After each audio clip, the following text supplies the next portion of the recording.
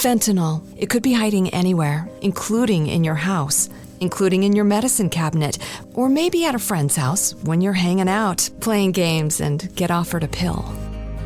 Don't take chances. If a drug didn't come from a pharmacy directly to you, you can find fentanyl using a simple strip you can pick up at your local pharmacy. Don't take it until you test it, because fentanyl can be hiding anywhere. Brought to you by the Georgia Department of Behavioral Health and Mental Disabilities. It's the Opperman Report. And now, here is investigator Ed Opperman. Okay, welcome to the Opperman Report. I'm your host, private investigator Ed Opperman. You can find me at Opperman Investigations and Digital Forensic Consulting if you just shoot me an email at Opperman Investigations. It's OPPERMAN report at gmail.com. If you like the show, be sure to check out our Patreon, Opperman Report Patreon. I got the whole Matt Gaetz ethics complaint. In fact, I got both of them. The one about Michael Cohen, too. They got threatened to witness before Congress. You know, everyone ignores that one because they want to hear about this party he had with these naked teen girls he was drugging. Some party. So all that stuff is up there. Gaetz? What was that, my friend? Gaetz? Yeah, Matt Gaetz. Yeah, I got the whole ethics report up there on the Patreon for free.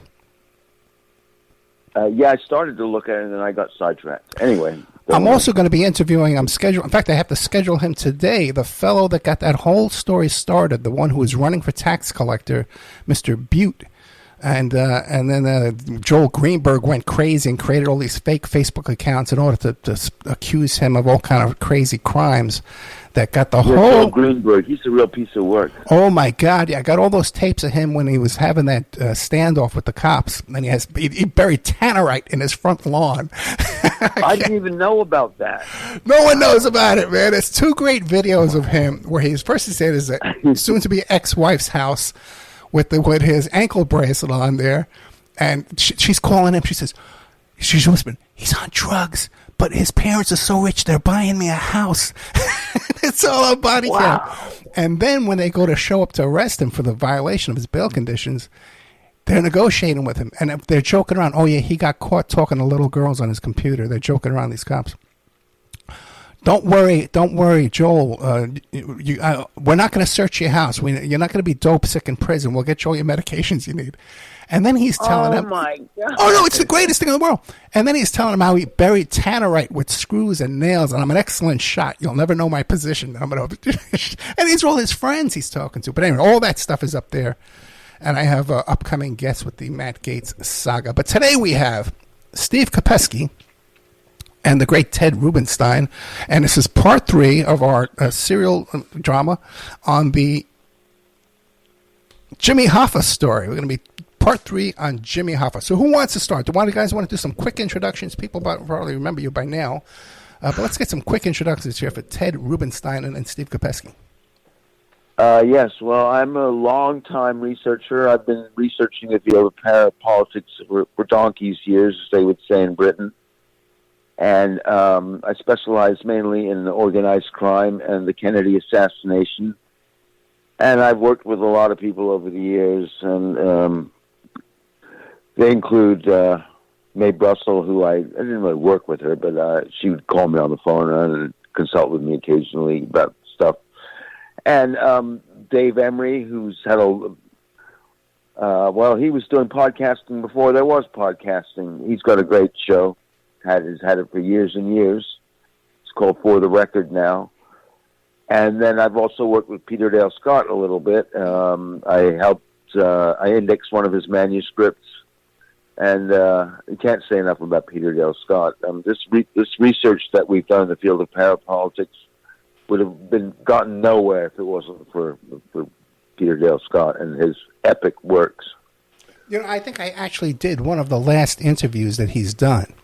And even that was about 10 years ago. Has he done anything recently? I don't think so, right? Just that memorial thing, that fundraiser. I think he's done one with Aaron Good, and is that right, Steve? Yeah. So he's actually he's doing interviews, or he's co-hosting? I don't want to speak for him, but the last interview I heard him talk about, which was within the last few years, he said that he's not super interested in doing interviews anymore, just because his words, not mine. He says with his age, he forgets enough stuff that he doesn't want to, go on. Do I know the feeling? Yeah, I know, man. But what are you going to do? Going to let these young punks take over and screw everything up, man? Just make it. And you know what? I was talking to Steve off the air. These characters, so all they do is interview each other. That's true. This crew of guys interviewing each other. It's like a circle, a sewing circle in the old days. That's what you were going to say. Yeah, I thought you were going to say something else. No, bunch of jerks. But anyway, let's get to the point here. Let's get back to Jimmy Hoffa here. A quick introduction by Ted Rubinstein. By the way, too, people can check out Sunday mornings. I do May Brussels. I play the archives over there at the Opera Report Spreaker channel. But also Steve Kopesky. Give us a quick intro, then let's get right back into it. We're already 5 minutes into the show. Yeah, I guess I'll cut it quick. I am Ted Rubinstein's protege, and you're comfortable with me saying that, I think. It does crack me up, though, to hear it said publicly. It's valet and driver, like a Liberace. So, I try to follow in, the work that he's been doing over the years, and I rely heavily on the work of Peter Dale Scott myself, and my areas of interest are primarily deep politics and organized crime, and that really encompasses Jimmy Hoffa quite a bit. Also, like I said in the last one, trying to put this material together for the last few years, trying to maybe either a documentary if I can make, or probably a book maybe. But that's my story. Yeah, it would be nice to see a legit documentary out there. John I will add, doing some good work. Yeah, I'm a fan of John Pye. I will add, it's always funny if you listen to old May Brussels archives, as I do. I always get a kick anytime she mentions Ted's name. I always kind of chuckle. He's that old. Yeah. Okay, so where did we leave off in our journey of the great Jimmy Hoffa? Well, we were touching on the involvement in the Kennedy assassination. Now, Ted, I want you to get a chance to really put forth a lot of stuff. I've done a lot of my stuff up to this point. Now, we were saying, did we want to start with Edward Grady Parton? Yes, I think we should mention Edward Grady Parton, since he was such a prominent witness against Hoffa. I guess it was. Did he testify at the trial in Nashville, the so-called test fleet case? So it springs from it cut me off as soon as the 30 seconds is up. But the test, so in 1962, this is the second big trial after, in the first episode, we discussed the payoff with the spook lawyer who was inserted into Hoffa's life, John Saichisti. So this is going to be in 1962. It's called the Test Fleet Trial.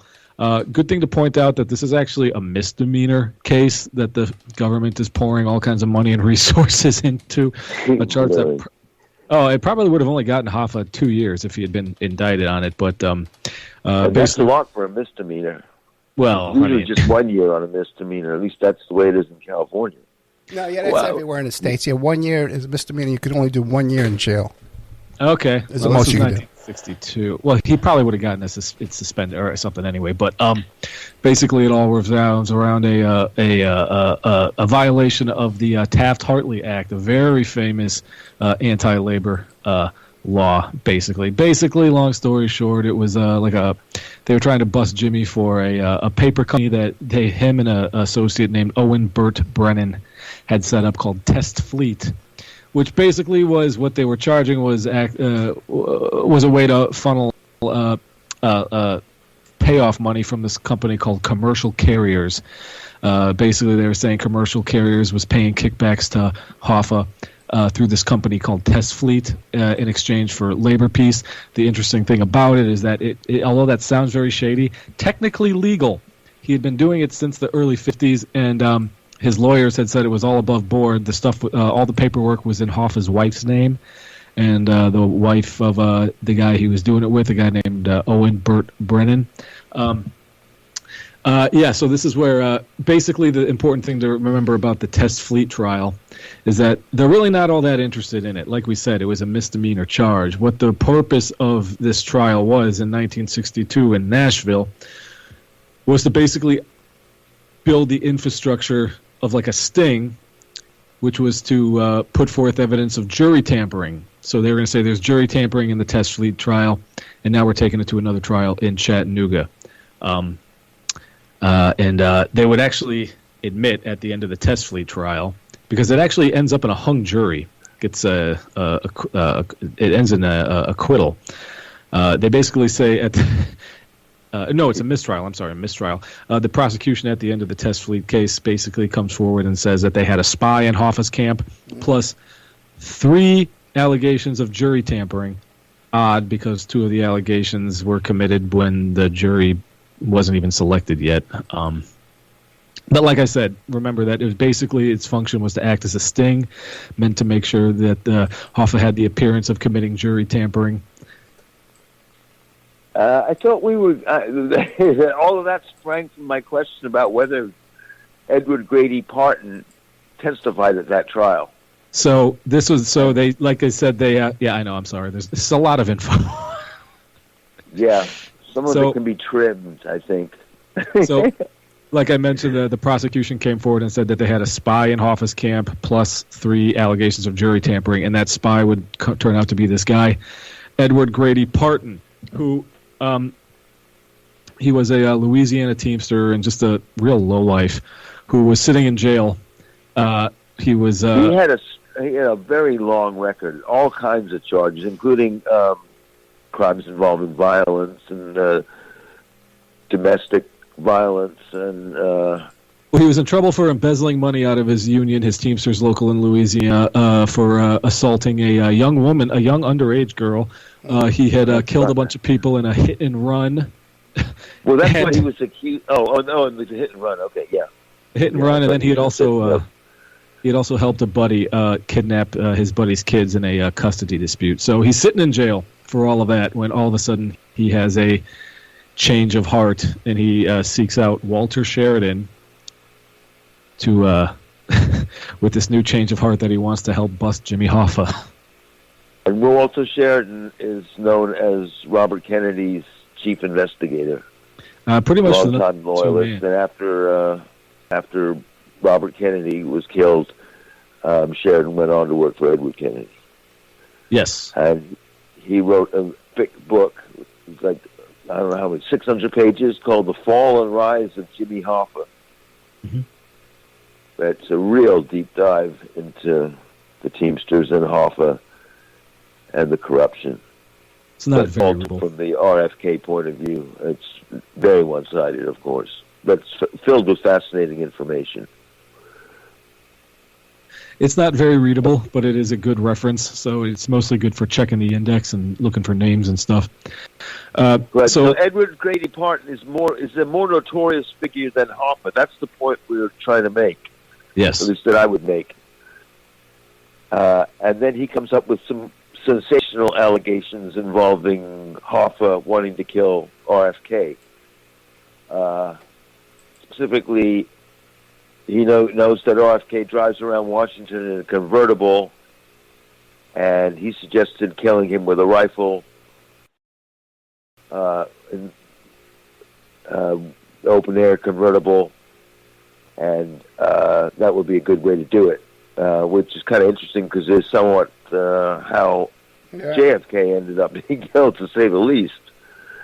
But in the course of investigating whether Parton's claims had merit, he was given a polygraph, or maybe he was, in fact, he was polygraphed several times.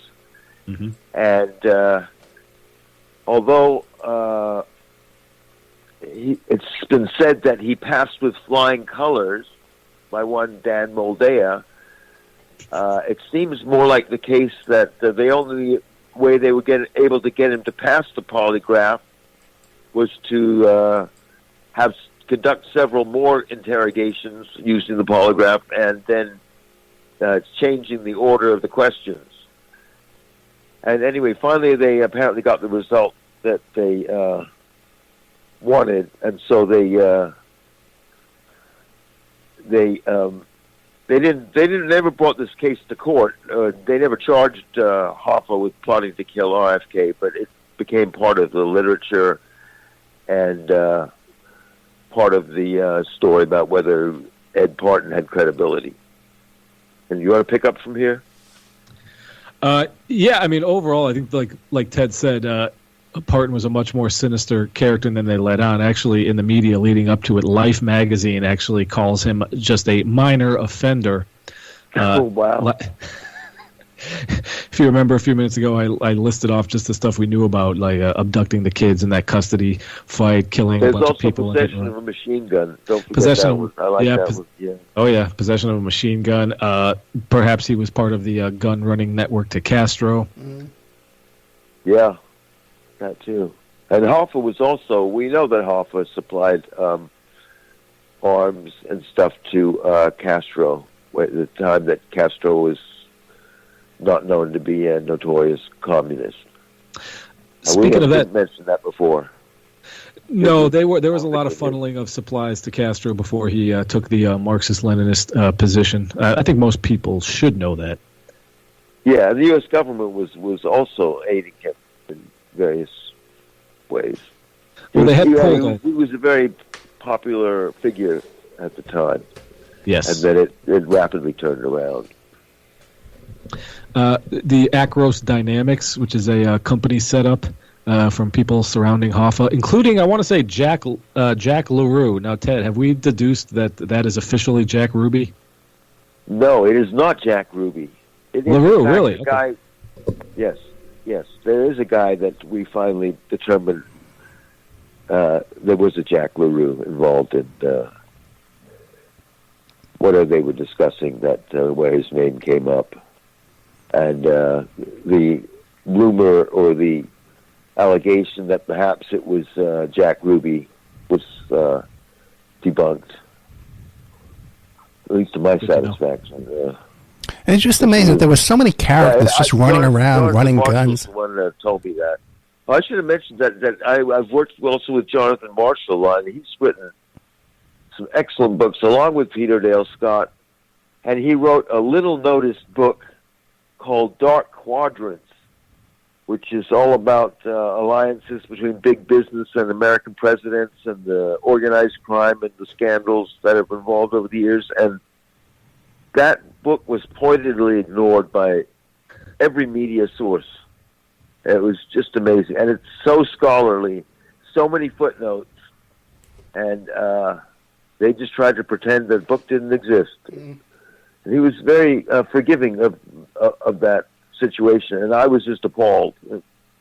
Anyway, I don't want to get sidetracked on that, but let's go back.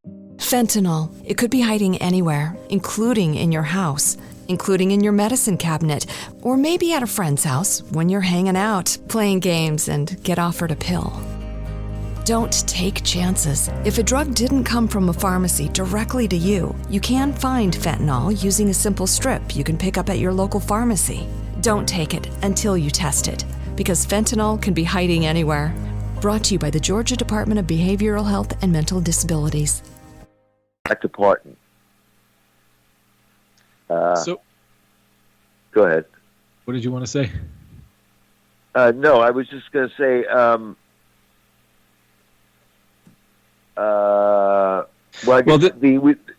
go ahead. Basically, so this character, Edward Grady Parton, is the guy that Walter Sheridan, and basically by Walter Sheridan, that could also be a stand-in for Bobby Kennedy. They decide to wire him up and send him into Hoffa's camp. And this is all in Nashville, so, in the evenings after trial, Parton makes his way up to Jimmy's room and basically starts to act as a doorman. He is a teamster. He is a gangster. So Hoffa did know him. And he's acting as like the doorman, but he's wired up by Walter Sheridan. And this would actually end up going all the way up to the Supreme Court after the case, where they basically ruled that no, Sheridan was actually a guy who had a genuine change of heart when he heard threats by Jimmy Hoffa to assassinate Bobby Kennedy. That offended him so much that he decided to flip and become a informant. So he goes in wired up, and he's their spy in the basically that comes out in the trial after the Test Fleet trial, where he also has basically a fake admission from Hoffa about that he has multiple jurors in his pocket, which is not documented. The thing about threatening to shoot Robert Kennedy in the convertible. Yeah. He was not wired up when that was allegedly made. No, correct? No, that's not in the wires. Right. No, not at all. And but that's from the polygraph test.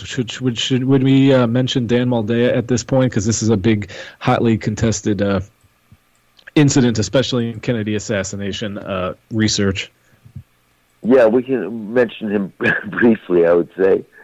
He's wrote an excellent book on all of this called The Hoffa Wars, Teamster Rebels, Politicians, and the Mob. He wrote that back in the 70s or 80s, or 78. 78, yeah. That's an excellent source. And it does have a few he's flaws, a big though. supporter of Edward Grady Partons, would you say? Yeah, Moldea himself is a protege of Sheridan, or he calls himself a protege of Walter Sheridan, so he pretty much accepts that Edward Grady Parton was a good witness who was telling the truth, despite the fact that they polygraphed him until they got the answers that they wanted, or the results they wanted, rather. And interesting enough, Moldea thinks that the mob was responsible for killing John Kennedy, but he does not believe that they had a role in the RFK case. But we'll get to that briefly, and we'll get to that shortly, I hope. I'll add that Moldea, he would go ahead and work with Michael Ewing, who is on the House Select Committee on Assassinations. And it's been argued that Moldea's research contributes to G. Robert Blakey's final verdict on the case that Kennedy was murdered by organized crime. But then Ewing... Wait, one second. We're 20 minutes in. You guys are saying there was a plot. He's one of the ones. Anyway, there's all these ironies involved with these characters. So they're showing up on both sides. Yes. With Fensterwald and Ewing. Wait, so real quick, you guys are saying there was a plot to kill RFK too? It's hinted at, yes. That's what Hoffa was in prison with the infamous Carmine Galante. Okay. Mm-hmm. And Carmine Galante claims he heard Hoffa threaten to kill RFK. An informant says, and this isn't an FBI file that we cannot find. We have the number, but we cannot find the actual file from the FBI, the Los Angeles field office. That an informant is discussed overhearing Jimmy Hoffa talking with Carmine Galante that if RFK wins the California primary and gets the Democratic nomination to run in 1968, the contract goes into effect. And in fact, so that's what happened. RFK won the California primary and was killed officially by Sirhan just minutes later in the pantry. But some people think that the real assassin was one security guard named Thane Eugene Caesar, and guess who his biggest defender was until his death? Well, it's Dan Moldea, who we just mentioned. And I'll just say this in passing, that Dan Moldea apparently has no interest in talking to either Steve or me, because I've been blocked by him, and apparently he doesn't. I guess he thinks Steve is too minor a researcher to respond to, or else he doesn't like what he's heard about him. I don't know what it is. It's your case. I'd like to think my reputation has reached Moldea, if only. There's a lot of drama in these circles.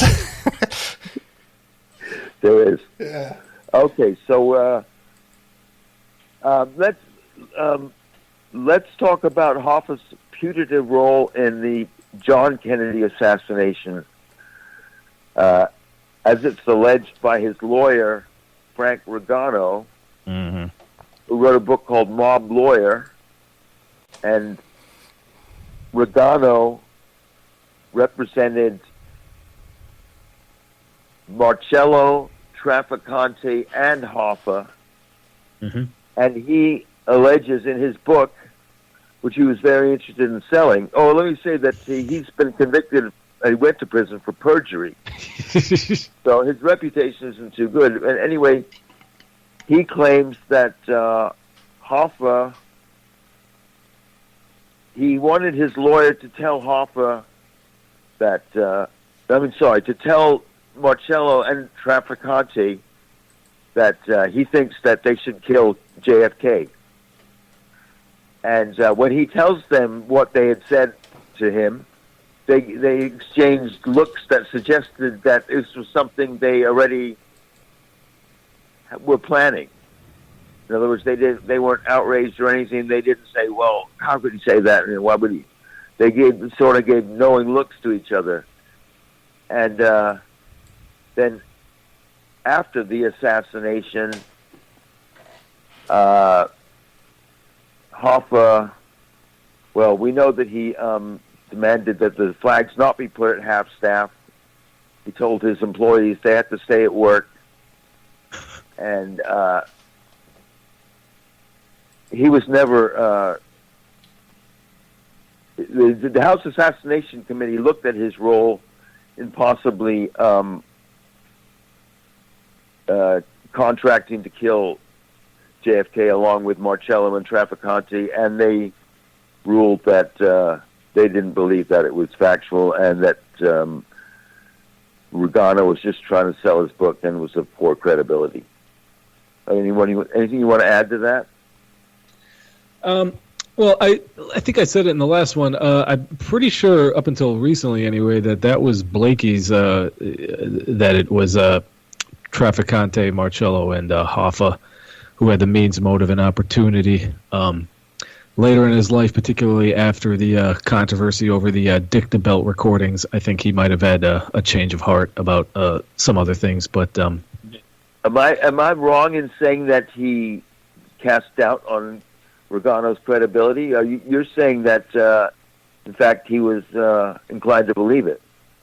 You know what, Rugano? I'm not 100% sure what Blakey's, because what was that in the early '90s? Because I know his book came out in '94. After the Oliver Stone movie comes out, I will say a lot of influx of a lot of Mob Did It books will come out after the Stone Double Cross by Sam Giancana's relatives. That's a big one that comes out around this era.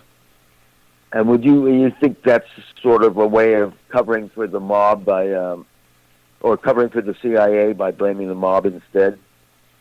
Perhaps. The mob, I have to say, for the CIA and the government, the defense industry, and so on, that Garrison seemed to be alluding to a lot. Well, speaking of Garrison, Rugano, I mean, he has unflattering things to say about the Jim Garrison investigation, which is very interesting also. I should point out... There's all this intertwining between the discussions of various mob figures to get Hoffa out of prison with the Garrison investigation involving some of the same characters, including Edward Grady Parton, who there was one rumor that he was seen driving around with Jack Ruby, which was a laughable assertion. And I don't know who had made that one up. Well, what about the more recent Roger Stone allegations of Lyndon Johnson and his whole efforts? And meanwhile, he's friends with all these people. I think you just answered your question. Yeah. I don't think Stone is particularly credible. I mean, the LBJ rumors, that goes back to the Torbett document. I mean, that's not unique to Roger Stone. You know who writes for him? Ghost writes for him is St. John Hunt. Oh, I did not know that. I know a lot of people don't know that, yeah. I thought it was Morrow. No, not anymore. No, they had a huge falling out. You never heard that show? Maybe I did. You have so many shows. I don't know. Oh my God, the last show with Robert Morrow where he rips into Roger Stone it's riveting. Okay, I'll send it to you. Yes, please. Thank you. And my last show with St. John Hunt, he talks about working for Roger Stone. He won't accept my friend request. You talked about LBJ though, Ed. Sorry, I'll have to listen to that show also. You mentioned LBJ, but there's more to discuss with reference to Hoffa about Richard Nixon. Okay. Yes. Because after Watergate, the first place that Nixon surfaced publicly was the La Costa Country Club down there in Carlsbad, California, and that was founded with Teamster money by Mo Dalitz and some of his pals, which included Erwin Molaski and Merv Adelson. who, as I mentioned last week, or I don't know how well I presented it, but anyway, they were two of the co-founders of Lorimar Studios down in Hollywood, Mulaski and Adelson. And that's where Nixon surfaced to play golf along with the illustrious Alan Dorfman, son of the Paul Red Dorfman, who we mentioned also in last episode, and Frank Fitzsimmons. And Tony Provenzano. And Tony Provenzano. Yeah, it was quite a foursome that... and the only newspaper that covered it was the L.A. Times, and they covered it very well, though. Yeah, Nixon and Hoffa's relationship goes back. I know I keep trying to, and I do maintain my positive image of Hoffa, and I have a lot of documentation for that. But a lot of his alliances with Nixon mostly was the fact that he was anti-Kennedy, which perhaps was for personal reasons, considering they were constantly trying to put him in jail. I would like to point out that the times that Hoffa endorsed Nixon, he also followed it up with vote Democrat down ballot, though. Who did? Jimmy. Oh, he did? I did. Oh, okay. So LaCosta, one of the interesting things about LaCosta is sometimes it's said that one of the founders, or not necessarily was in his name, but one of the people who first started going to LaCosta was the infamous Eugene Hale Brading, whose name comes up in connection with both the Kennedy assassinations. Although there's no hard evidence that he was really... I mean, he was picked up at the scene of the John Kennedy assassination coming out of the Dow Tex building, but ultimately let go and not charged with anything. But he was also, by happenstance, in Los Angeles, 4 miles away from the ambassador when Robert Kennedy was killed. So, and then he was interviewed by the House Assassination Committee, and he told them that his current occupation was basically suing people who charged him with being involved with the Kennedy assassinations. So anyway, that's a little something about Eugene Hale Brading. As far as the mafia involvement in the Kennedy assassination, Brading is a name that pops up fairly early. I think one of the first implications of organized crime being responsible for JFK's murder was actually first in Ed Reed's book called The Grim Reapers, an old book on the mafia, which I do recommend, The Grim Reapers, where he repeats a threat by Carlos Marcello. This is the take the stone out of my shoe quote. The Brading story comes out in '73 in a book called The Legacy of Doubt by Peter Noyes, who was he a CBS producer, Ted? He might have been a KCBS producer. Anyway, he was a local LA newsman, and he came onto the story of, from an organized crime source of his, he came onto this story of Eugene Hale Brading and his use of an alias to get out of being investigated much in Dallas.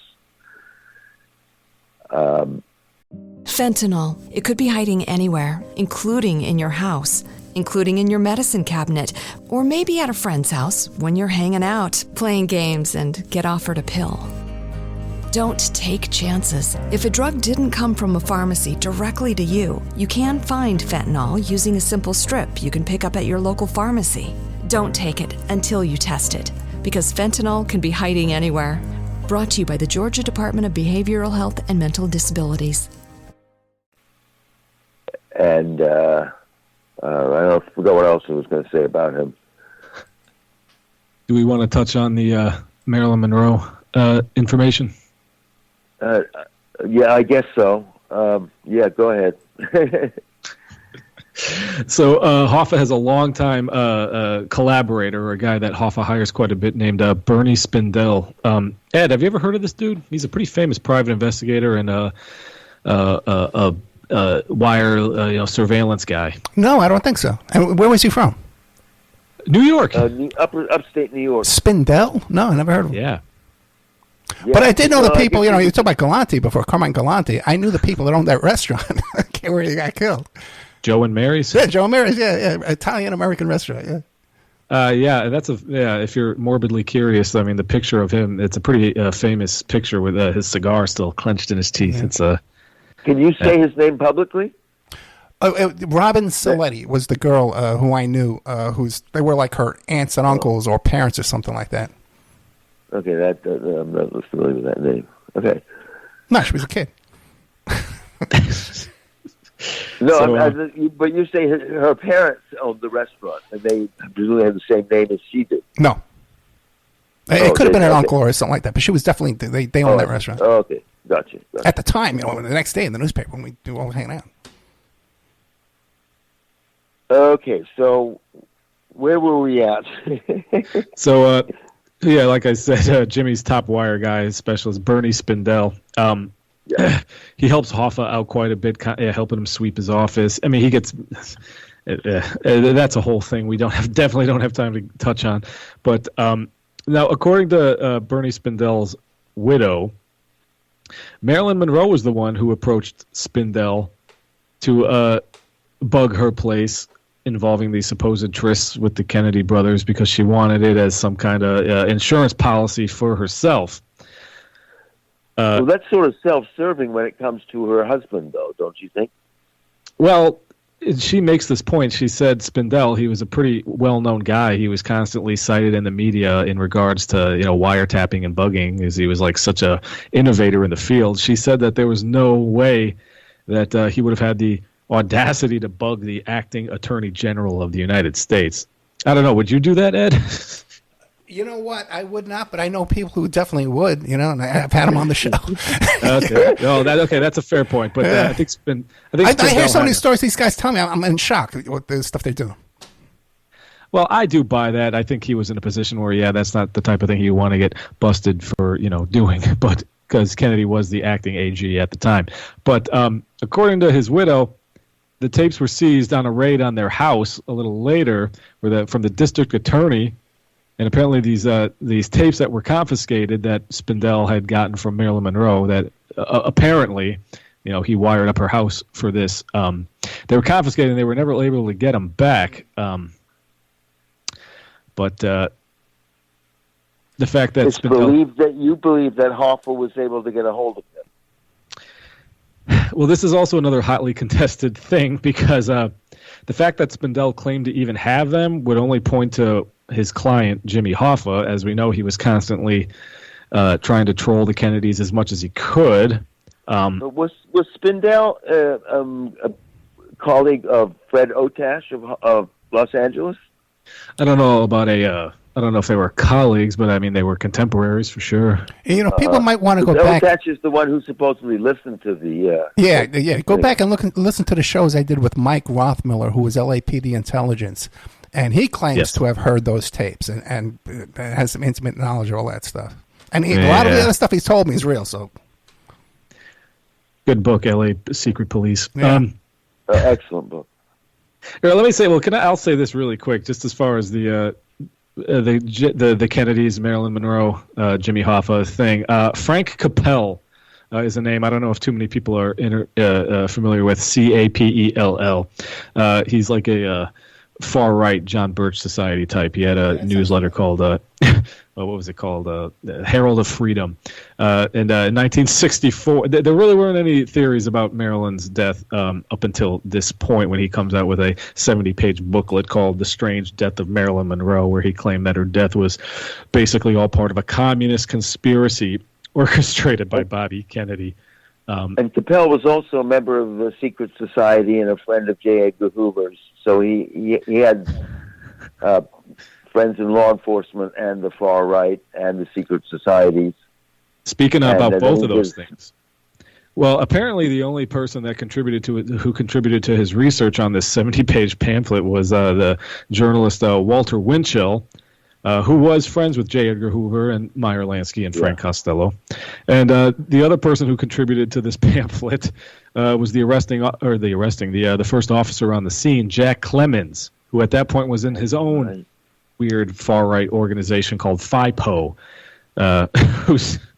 whose goal was to inform the membership and the general public about the subversive activities that threaten the American way of life. I mean, that's all coded language. So, These are like proto QAnon guys, basically, is what I'm trying to say. Norman Mailer all these things kind of snowball from this 70-page anti-communist tract written by Frank Capel and Jack Clemens into Norman Mailer, who also will come out later on 60 Minutes and say, that stuff wasn't really real. Now, it gets, Hoffa's name gets drugged into it by a guy named Anthony Scaduto, who is mostly known for his biography on Bob Dylan up to that point, his book, Who Killed Marilyn Monroe. And his source for that was a guy who wrote a book where he claimed to have married Marilyn, but nobody knew about it. They had like a secret marriage in Mexico. Robert Slatzer, a poor credibility. In Hoffa's Playboy interview, they ask him about it, and he even says, "No, I'm considering suing them. That's the stupidest thing I've ever heard, that he was mixed up with all this." But so this snowballing over the years of the it starts from saying that she was murdered in some kind of like a sexually charged communist conspiracy. Hoffa's name gets kind of tagged in. Dylan playing in the background. Hey, Anthony, how does it feel? Good one. So there's that. I mean, that to me, that just kind of paints the picture of, I approach a lot of the Maryland stuff with some hesitation. Yeah, it's a very popular topic. You sell a lot of books. You talk about Maryland. Yeah, exactly. and some people claim that neither Kennedy slept with Marilyn Monroe, and that the whole thing is rumors. Oh, I don't know about that. I talked to I don't know about that either. I talked to Buddy Greco, who was there at Cal Nav when she was raped. Yeah. Well, at least you didn't say Gianni Russo. Gianni Russo? No. I had him on the show, too. Well, you got to hear him off the air, man. That guy's a lot of fun. I sent a question into his podcast. He never responded back. Yeah, he's like 90 years old. He's cutting these deals on the phone. I'm playing the commercials. He's buying olive oil companies. The guy's in business over there, man. Oh, yeah. We should mention that it's debated whether Jimmy Hoffa actually ever got his hands on these supposed tapes, because I'm inclined to believe that if he did, he would have made them public. I do believe that. Or still be alive. Other people say that he wouldn't have, because he was a good family man, and he didn't believe that was the way to go after his opponents by he was savvy enough. Blackmail, that kind of stuff. Who knows? One of his lifelong friends and allies in the Teamsters, like a day one guy starting back in Detroit, was a guy named Harold Gibbons. And he said, no, I don't believe it, because he would have used it if he could. Uh-huh. Well, we got about 20 minutes left. Do you want to get into the plot to kill? Yeah, we might as well. So I'm sorry, there's so much. Actually, my first public outing on this about a year and a half ago, it took us 4.5 episodes, over 4 hours of content, and that was just the basic overview. So there's yeah, but that's without Ted helping. Well, yeah. So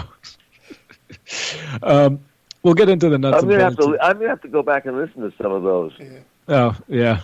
Because I think I've only caught one so far, and well, anyway, I probably picked up a lot of the information just by listening to you over the last few weeks on these, or the last few hours, and we've been doing these podcasts together. Well, I learned all my research skills from you, so that's a compliment to you. But I'm wondering who's mentoring whom these days, and who's the protege. Well, okay.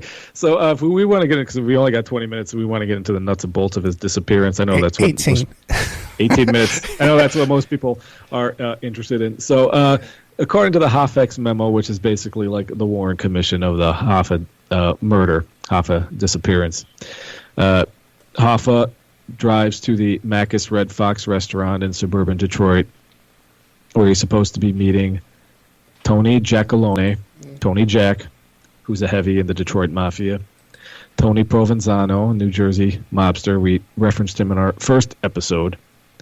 And a third name, which is very interesting, because that gets highly controversial. Anyway, he arrives at the Macus Red Fox restaurant, and he waits, and no one shows up. And there's plenty of witnesses that see him there, because this is in his home base. This is in Detroit. Everybody knows him there. half the truckers driving, past the restaurant probably know, because he's the guy that gets them all their stuff. Now, he makes a phone call at a nearby payphone where he calls someone that was supposed to have come to the meeting with him, a guy named Louis Linto, who owns a limo, like a chauffeur agency. ASL is a company. And he calls, and he finally gets in touch with Linto, and he says the SOBs didn't show up. Now, Fentanyl. It could be hiding anywhere, including in your house, including in your medicine cabinet, or maybe at a friend's house when you're hanging out, playing games, and get offered a pill. Don't take chances. If a drug didn't come from a pharmacy directly to you, you can find fentanyl using a simple strip you can pick up at your local pharmacy. Don't take it until you test it, because fentanyl can be hiding anywhere. Brought to you by the Georgia Department of Behavioral Health and Mental Disabilities. Around 2:45, it's on record that a maroon Mercury Marquis pulls up and picks him up. Now there's 3 people in the car.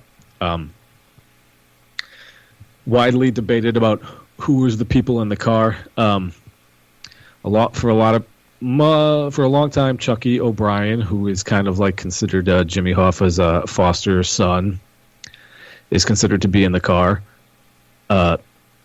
This import gangster in Tony Provenzano's crew, Sal Bergoglio, is widely believed to be in the car. And Tony Giacalone, the Detroit capo, is supposedly in the car. And that's about it as far as the documentation goes. He shows up for this meeting at the Macus Red Fox restaurant. He's supposed to be having a peace meeting with Tony Provenzano. We weren't able to get into a lot of the details on that one, unfortunately, with time constraints. And that's pretty much it. He disappears, and no one finds him. Now, really early on, the Hoffa family, they kind of make a bad move where they offer a large cash reward for people to come forward with any information. Now, because of that, there's a lot of cranks and insane people calling, and then a lot of them are even like threatening, like where they're saying stuff like, "Oh, we got Jimmy, pay us $1 million, or we're going to kill him." So luckily luckily or not so luckily, that finally lets the FBI come in, because now it's federal, because extortion and kidnapping and all that. Now the FBI is at a 4-day disadvantage. Is it a myth that the first 48 hours are crucial, Ed, or is that for real? No, I think that's real. I think that's real. Yeah. Okay, I assumed. I just want to double check.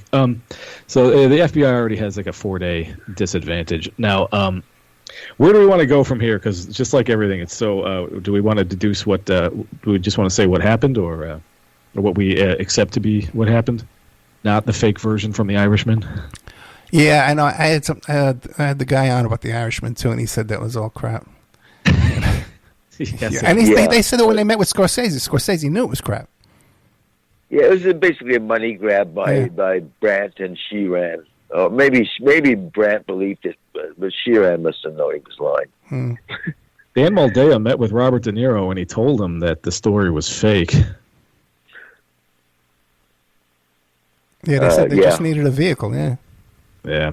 Well, either way, what we've deduced by today for 2024, or almost 2025, is that Hoffa's picked up by Sal Bergoglio. We talked about him in the first episode. He was involved in a murder of a Teamsters official up there in Tony Provenzano's local, where they abducted him.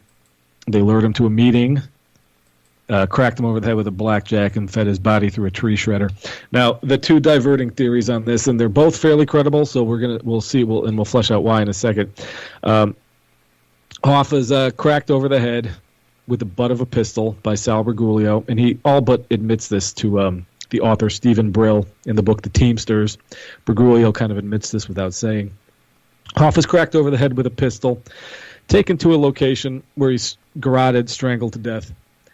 And the first version of the story comes from a guy named Ralph Picardo, who is a prison informant. And although his credibility is very flawed, weirdly, authorities would actually say that he probably is telling the truth. He says that Hoffa's body is put into an oil drum and put on a gateway transportation truck en route to New Jersey. Now, the second one... Tony Pro wanted a trophy. He wanted Hoffa buried back there instead of what the mob would usually do is, incinerate. It would destroy the body right there close to the scene of the murder. Yes. It's a controversial theory. It's controversial because people think, why would they risk putting the body on a truck going from Michigan to New Jersey, which I do get that. I'll get to why there is credence to that in a second. But the theory that I'm a little more inclined to believe just at this moment is that after they strangled Hoffa to death, they take him to a Central Sanitation Services, one of which is owned by, and tell me if you remember this name, Rafael Caserano. Do you remember me mentioning that name? It does sound familiar. He's one of the heroin connection, the heroin pipeline figures. Yes. So Central Sanitation is owned by these two guys, Pete Vitale and Rafael Caserano, and they say that they put him through an industrial shredder. And the body is not ever seen. So now the reason that the last big dig that they did just a couple of years ago up in Jersey City under the Pulaski Skyway is Dan Moldea worked on that, and Moldea usually is very pro FBI. He's very pro law enforcement, but they had the GPR and everything. They were going through it. They were looking for Hoffa's body in this was the Moscato Brothers dump, which was a known dumping place for victims of Tony Pro. The FBI basically stopped, and they didn't really look much further, and Moldea is convinced. Yeah, Hoffa and Tony Pro had a huge dust-up when they were in prison together at Lewisburg. We didn't mention that before. Which interestingly enough, the guy who informed about the confrontation between Tony Pro and Jimmy Hoffa was a weird person named Ed Edwards. Ed, do you remember that? Yeah. I had that cop on the show. When he got fired because of his obsession with that story. No, but that doesn't surprise me. The cop who you took. The story about Wayne Edwards. Remember I told you he claims to have been like a serial killer, like in every serial killer case? Yeah. But did you tell me that he was on the Offerman show? Yeah. No, not him. The guy who wrote the guy who has the obsession with that story. He was a cop. Oh. Yeah. Oh, okay. That's what you said. And when he became obsessed with the story, they fired him. And he never told anybody that. He told me first. What was his full name? Oh. The cop? Cameron? Could be, yeah. I don't remember. I can get him back if I want to. Yeah, because we never even got a chance to talk about OJ or anything. Well, that part of Ed Edwards' story is actually true. He was in Lewisburg with Jimmy Hoffa, and they were friendly together. Okay. And Hoffa did set him up with a job, because Hoffa did that a lot in prison. He was able to help get guys jobs for their parole when they got released. So that part of Edwards' story is true, and Edwards is the source that Tony Pro and Jimmy Hoffa got into a physical confrontation in prison, which is like the start. Is that right? I thought that was more widely believed than just one source. I thought that was more corroborated than just that. He's the one that's cited in all the documents and literature I've seen. What didn't they have a dispute over pension funds? Yes. Yeah. So okay. Well, anyway, we don't want to get sidetracked. We don't have that much time left. So anyway, pick up where you left off. No, I've only got about 9 minutes. Okay. Well, yeah. So these are the two realistic common consensuses on what happened to Hoffa as he showed up. We're inclined to believe that Sal Bergoglio was probably one of the killers. He himself was gunned down in Little Italy, actually, in 1978 on Benito's restaurant. Does that sound familiar, Ed? No. No, okay. Maybe it was It was near Umberto's Clam House. Anyway, the word was apparently that Bergoglio might have been cutting a deal towards the end, because as far as Tony Pro and all the other guys go, they were all facing indictment for the Anthony Castellito murder that we talked about at the end of our first episode. So there was a lot of leverage on these guys to confess that they whacked Hoffa, but none of them cracked. So it's plausible to believe that Bergoglio did finally crack, and this is why he was executed himself. Okay. So I think we basically said all we need to say about the murder and where it stands now. Well, I mean, of course, just like everything in this case that we didn't have the time enough to get to. I mean, Chucky O'Brien, his de facto foster son, his story changes a million times. I mean, we could even talk about Frank Sheeran's story changing over the years. I mean, he even admitted on a bug, a guy named Charlie Allen, who he is having dinner with in New York. He even said to the guy, and he was on a bug. It wasn't like he was being led into it. He said, "I had nothing to do with Hoffa's murder. I wasn't even in Detroit that day." I think he showed up in Detroit the next day, the day after Hoffa's murder. So it wasn't towards the end. Who are you talking about there? Sheeran. Oh, Sheeran. Oh, okay. It's such a shame too, because this is historic stuff, man. It's not like Yeah, he also claims to have sent some rifles from the East Coast to Dallas that were involved in the assassination in some way, which doesn't seem too credible. And that's David Ferry picked them up or something. Anyway. Oh, of course. Another version of his story also was that the Nixon administration hired Vietnamese hitmen to murder Hoffa. That's ridiculous. Hey, did you ever hear that story about that Ronald Reagan had that Vietnamese freedom fighter that used to travel around with him? You ever see that story? I think I heard it from you. Oh, okay. Yeah. All right. I think I heard it from you. Well, it's interesting that we don't have time to get into so many interesting things. Well, we can always come back. You guys can come back anytime you want. Oh, okay. There's connections with the Ronald Reagan administration with his Secretary of Labor, Raymond James Donovan, who seemed to have been at least friendly with Tony Provenzano. That all came up in his what do they call that? When they review appointments. Confirmation hearing. Yes, thank you. I'm sorry. I should have remembered that word. That's okay. Raymond Donovan's all his mafia ties. Ties that go directly to this clique, this crew of Tony Provenzano and Sal Bergoglio. That was all coming out in his confirmation hearings. And then we touched before on the Teamsters alliance with the LaRouches. That was going on at the same period that Ronald Reagan was president. And there's an excellent book that goes into some of that by Dennis King called Lyndon LaRouche and the New American Fascism. Yeah, Dennis King used to be on WBAI all the time. I contacted him recently. I would love to get this guy on the show. The LaRouche guys, I don't know if you'll know the whole story about them with the New Alliance Party and Lenora Fulani, and later on she was a vice president. Yeah, I know about that. Yeah, all that. Yeah. They used to come and beat up guys. They used to come down and attack guys at our meetings. Operation Mop Up, I think. Yeah, meetings I would go to. They would come crash the meetings. Well, they picked up the plight. The LaRouche, they all picked up the plight of a lot of of Frank Sheeran and a lot of guys that were getting busted in the Bry Lab scandals. Oh yeah, they were big defenders of this guy we mentioned before. This really sinister Teamster organizer named Roland McMaster. Yes, who was a hireling basically of Santo Trafficante, and then Dave Yaris worked in that same union. And Dave Yaris was a boyhood friend of Jack Ruby's.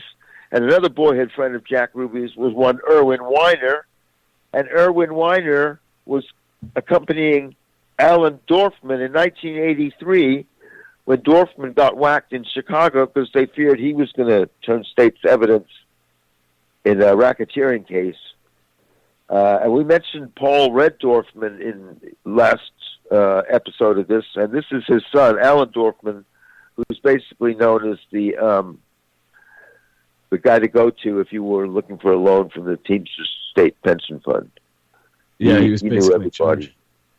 Yeah. Alan Dorfman's murder is portrayed in the movie Casino at the end, where he's gunned down outside of a restaurant by the actor, another Opperman Report guest, Frank Cullotta. Frank Cullotta, yeah. There's no That's actor. One of my favorite movies of all time. That Casino is such a great film. Yeah. Can't say enough about it. Yeah, but the LaRouche, they're picking up the plight of a lot of these guys in this clique, Frank Sheeran and Sal Bergoglio. And if you look at a lot of LaRouche literature, he blames the royal family for a lot of things. That's code for Jewish people, not my words. That's theirs. And they pretty much What They published Dope Incorporated, which is ostensibly blames all the drug trafficking on the Brits, which some people took as code word for the Jews. But I mean, if you read a lot of their stuff, it's pretty blatant.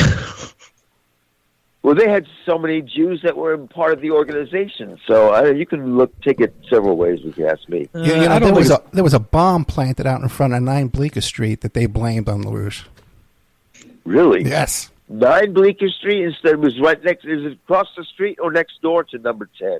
No. 9 Bleecker Street was Yippie headquarters. Bleecker 10 Bleecker Street was the Tom Forstad Multimedia Center. It was like a nightclub. Oh. And then right above 10 Bleecker Street was A.J. Wertman, where he lived up there.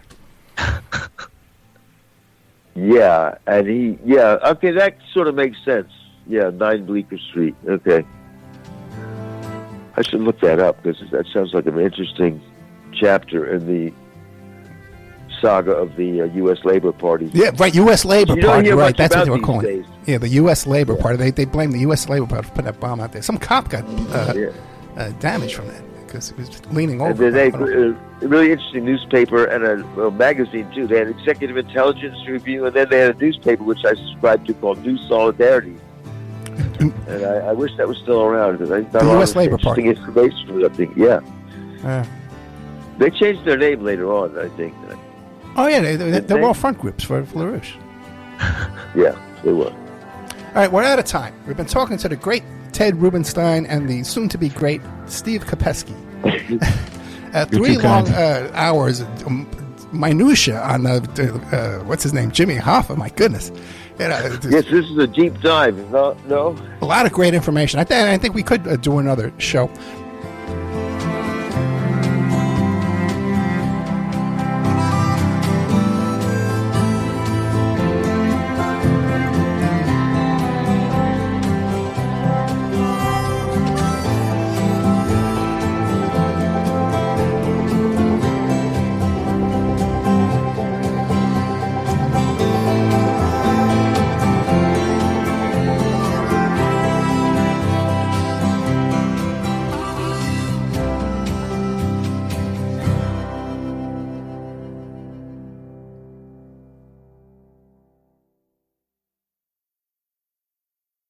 Fentanyl. It could be hiding anywhere, including in your house, including in your medicine cabinet, or maybe at a friend's house when you're hanging out, playing games, and get offered a pill.